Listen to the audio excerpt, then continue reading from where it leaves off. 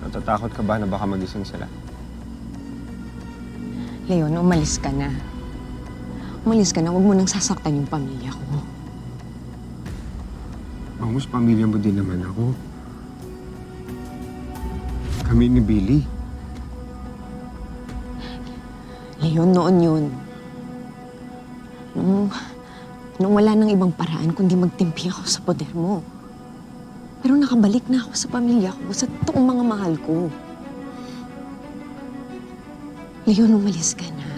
Pabayaan mo sila, huwag mo na silang saktan. Bangus, hindi ko gagawin yun dahil asawa kita. Mahal na mahal kita. Leon, kinasal lang tayo sa loob ng kuta. Wala yung pisa dito sa labas. Bumalik na ako sa tunay kong asawa. Si Jordan. Siya yung mahal ko. Pinagmamalaki mo yung lalaking yun? Yung lampang yun? Alam ba niya naging buhay mo sa kuta? Alam ba niya na napangasawa mo ang pinuno ng kalasag? Alam ba niya na magkasiping tayo tuwing gabi? Na kapag gumigising tayo, magkasama tayong dalawa? Gusto mo ba ako magsabi sa kanya? Gusto mo sabihin ko sa'yo?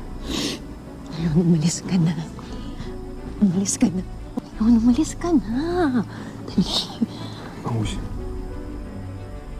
hindi naman magkakagulo kung sasama ka na sa akin at babalik na tayo sa dati nating buhay.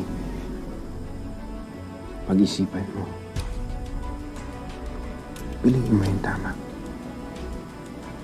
Kundi malalaman ang lahat ni Jordan.